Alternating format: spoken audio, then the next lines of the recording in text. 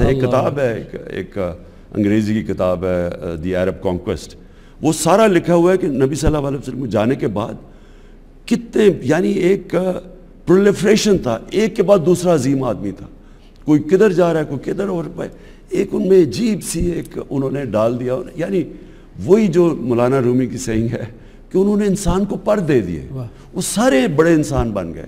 تو اس لیے اللہ ہمیں کہتے ہیں قرآن میں کہ ان کی زندگی سے سیکھو.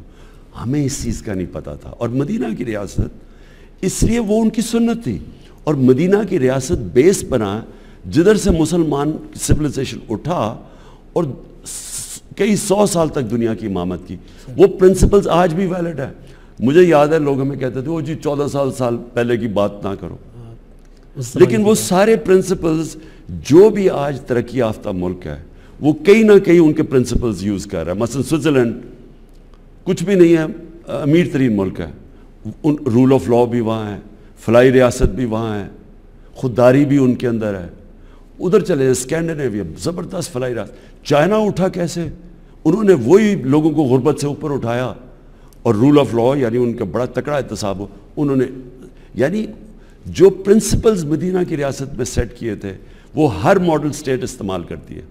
تو سر آپ اور وہ مسلمان دنیا میں نہیں ہے.